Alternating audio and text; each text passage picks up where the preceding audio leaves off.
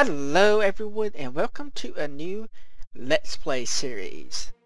This is another 4X RTS game. It is Distance Worlds plus all of its expansions. Some people on the AI War IRC channel mentioned I should try this, and I have, and I've done terrible at it. So far I've won one game and lost 6. So naturally I thought it would be an excellent idea to do a Let's Play and everyone can laugh at how horrible I am at this game. And maybe learn from my mistakes. So this is the game in the same vein as Galactic Civilizations 2 and other games of that nature. However, this is a fair bit more complex than most of them. There's a few things, a few gameplay mechanics that are unique as far as I know to this game, and they work rather well. There's a fair amount more replayability in this game than I've seen in most 4X games. Let's see. We go into the options. Sorry about that noise. I'm going to bump that down to 10 minutes. The sound settings do not affect the interface noise. Through here we have a whole bunch of automation settings. Additionally, we have Empire automation settings. So automation settings out the wazoo. But let's go ahead and just start a new game, and we'll explore those later. So with the Age of Shadows expansion, you get Age of Shadows play options, and you can also play as a pirate in either the Age of Shadows or the Classical Age. I've tried the Age of Shadows once, and I don't know if it was just the randomizer trolling me or what, but I had encountered 4 races, and 3 of those races were the same race, which was an aggressive and friendly race that had killed me in the previous game. I did not do particularly well in that game. That was loss number 5. No, it was number 4. That was loss number 4. So I haven't tried that again. It does suggest starting out in the classical, and I've kind of been enjoying that. So I think that's what we're going to do this game. Just as a normal Empire. I'm going to go with the Spiral Galaxy. This one is nice, but it has a high density of stars on the outer edge, and I tend to like to start in the middle. So I'm going to do the spiral thing. I also do all different kinds. Aren't as many map types as I would expect from something like this. Certainly not like AI War that we looked at recently has probably more types of maps. I would expect a bit more. That's just what I'm saying. I guess it's just dots on the screen, so there's only so many ways they can arrange them, but I still expect a bit more.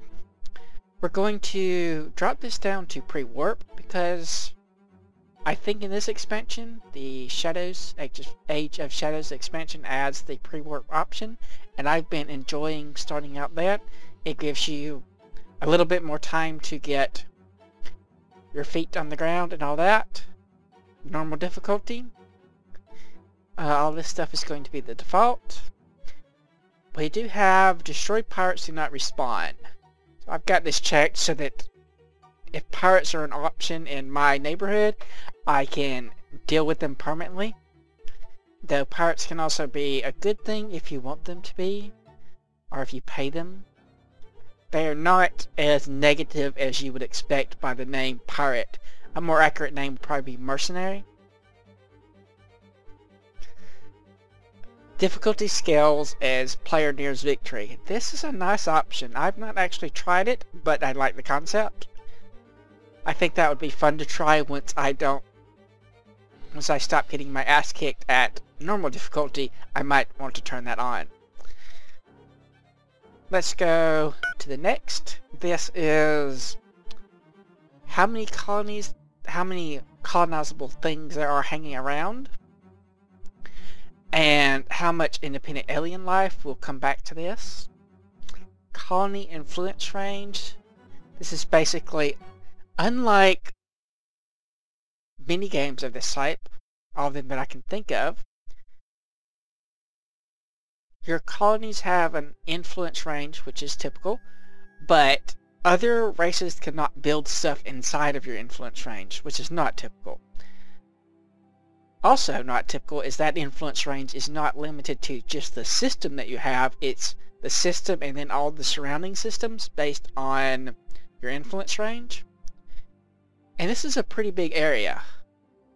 It can get quite large. It could also make it a lot more difficult to kind of attack somebody because you have the fuel and logistic issues of going into a enemy territory where you don't have any kind of refueling stations. You can't build any kind of refueling stations until you get to their colonies and start capturing them for yourself. There is also this, which you can turn on. I think it makes it so that you have to have colonies every X sectors. I'm not entirely certain. I have not tried it. I'm just making stuff up. Races. So there are all these races here. And races have these characteristics, which is brief description basically. And race family, that's kind of important in terms of who's going to like you. Native planet type is generally important. That's the type of planet you can colonize from the get-go without having to research additional technology beyond colonization. So there's like a volcanic planetary type colonization and an ice planetary type colonization, etc., etc. Unfortunately, unlike what you would expect, you still have to research the continental colonization technology to get to the text behind it. You don't already have that tech to start off with like you would normally get it. That may just be a pre-warp thing. I'm not sure, but it is a little bit odd. I would expect that to either be free for this race or something like that. We also get some resource bonuses, and this is something I really like about this game, race victory conditions. Each race has its own victory conditions. So ours is control a third of all continental colonies, make mutual defense pacts with 15% of all empires, destroy more enemy ships and bases than you lose, earn the most trade income, and earn the most tourist income. We also have more bonuses down here, characters, and we get a special government type, but no special technologies and no disallowed technologies. Let's see, if we go like to here, do you have anything down there?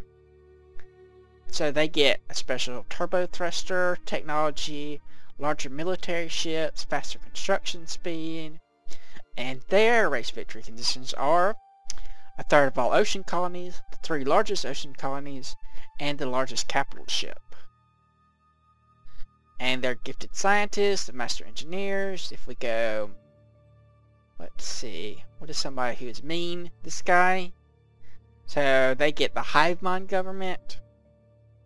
Regular 7-year change cycle. For 2 years they have increased population growth, faster construction speed, and their race victory conditions are more warmongering. Build the universal hive wonder. I cannot speak today, I'm sorry. Spend the most time at war in the galaxy. Keep your empire's leader alive. An interesting thing. Build the most military ships in the galaxy. Doesn't say have the most, it just says build the most. That's an important note. Control a third of all volcanic colonies. So that is their native planet type. Pick just another random one. What about you? Passive, reckless, friendly, stupid, and dependable. Lovely people. Desert, rodents. Notice now, mercantile, whole bunch of special bonuses here and some penalties. Trade income. Say they need the highest private revenue, most trade, fewest wars and the most sand slug, and that is a space creature type thing. There are some others. They're pretty varied. Anything special here? So they get special technology. Kind of ugly. Look like that guy from, I can't remember the name of that series. The scientist guy.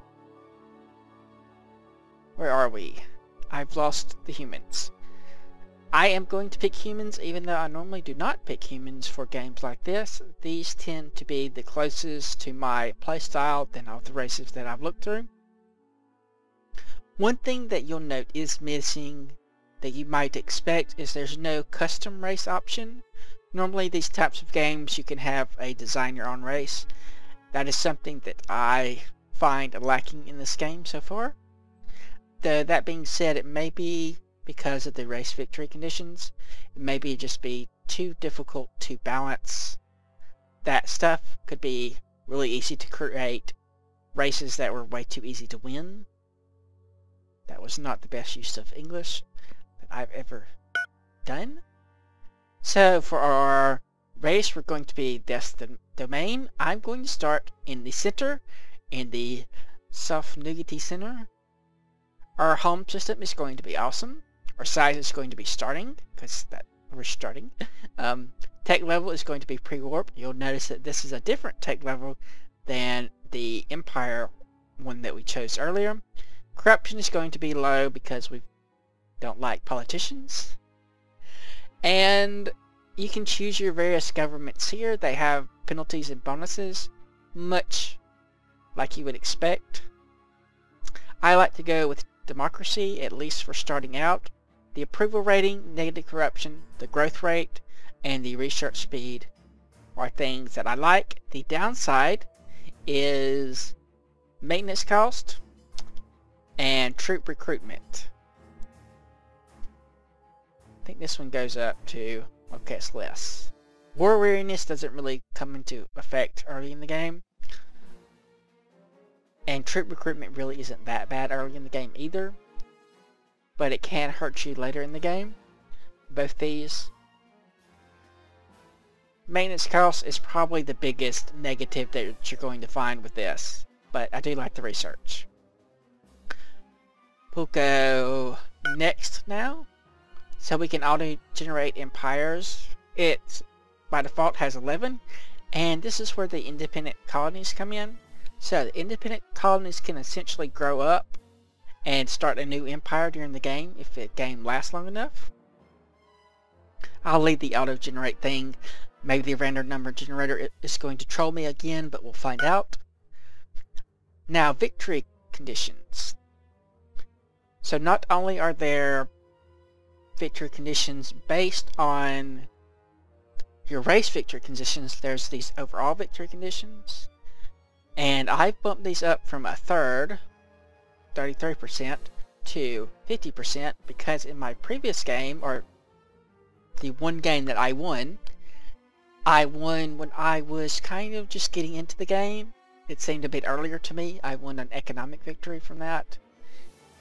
I had just started at a war and I didn't get to kill anybody. It was disappointing. I've also bumped this up from the default of 80% to 100%. And we're going to leave the race-specific victory conditions on. Victory conditions only apply after a certain number of years. This is probably due to things like the control X number of colonies of X type and control X number of X% of the population, etc., etc. Hidden way down here in the corner is allow tech trading.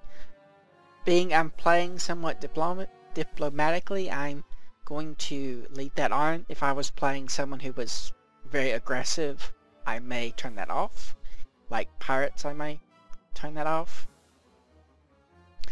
Then there's a few different storylines and other events. Since we're not playing in the Age of Shadows, the Shadow storyline is off. I don't even know what that is, because I never got that far in that game. Now I'm going to pause the recording while I start the game. because the screen does this weird flickery thing, and I will be right back. And we are back. So starting out, we get this kind of overview of the conditions that we've set. If you're doing a quick start, you might want to read that, but since we aren't, we already know all this, we're going to start playing. We'll make sure the game is paused. Space also does that. And there are a number of options up here. Some you would, or most of these are things that you would expect.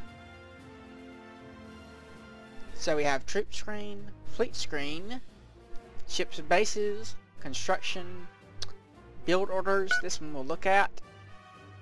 It's basically you can order ships from here instead of going to the construction screen and picking a planet and where you want to build them. I'm not quite sure how it chooses where to build them, but that's one option. Research screen will come back to, what side does it come from? This side. So our colonies, our expansion planner, and this is really more of a research or a resource search thing. Empire comparison and victory conditions. A pretty nice UI for seeing that. The Empire policy screen, we'll come back to that.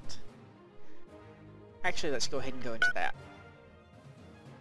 One thing that you may have noticed about this game is the UI scale. It really doesn't. It's kind of difficult to read some of the text when you're first starting out. Eventually you get used to it, but I found it to be rather difficult when I was first starting the game to read like some of the things that come like this. It's really, really tiny on my monitor at the resolution that I'm running. If you're running at 720p or watching this at 720p, this is probably going to be illegible. I will try to do a few things with the video editing to make 1080p take less bandwidth to stream, or somehow try to clean up the 720p so it's actually watchable and readable. You'll have to let me know how I do on that. So we have various automation options. Suggest new treaties. These are very high because they're part of our victory conditions. Suggest war and trade. Automatically do diplomatic gifts.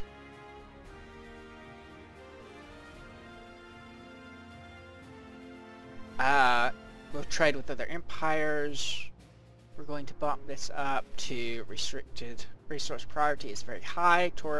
Tourism priority is very high because that's part of our victory conditions. Offensive missions for intelligence. We're going to change this. I only want them to do steel tech missions. And I want them to keep 10% in defense. I've never gotten 10 guys, but basically I just want one guy to be in defense and everybody else can go steal stuff, and usually not even that much. We want them to go after people that we have no treaty with and any time. Then colonization, just suggest colonies. Continental is very high, again because that's part of our victory conditions. We'll come back to this at a later point. This, I would recommend not turning this to automated ever, because it can be a little bit derpy if you're building something already at one colony and you research something else. It will build it at a crappier colony instead of waiting for that to get finished. Colony and taxes, fully automate. We are going to control the research manually and fully automate ship design. You can control ship design a little bit more in detail in this screen, but you can also do that here. I'm going to leave that like it is right now. Check that one. I think that's fine. The construction, control manually. If you leave this on, it's going to be constantly popping up, hey, build these ships, hey, build these ships. So I like to keep it on the control manually, because with our maintenance cost, we don't want to be building a whole lot of ships if we don't have to. Troop recruitment, going to leave that automated. We do want some defense against pirates and stuff, even though it's going to be expensive. War and attacks, so it can suggest targets but not bother me with it too much. I may just go fully manually if it gets too annoying. Bombardment and planet destroyers are set against empires with diabolical reputation.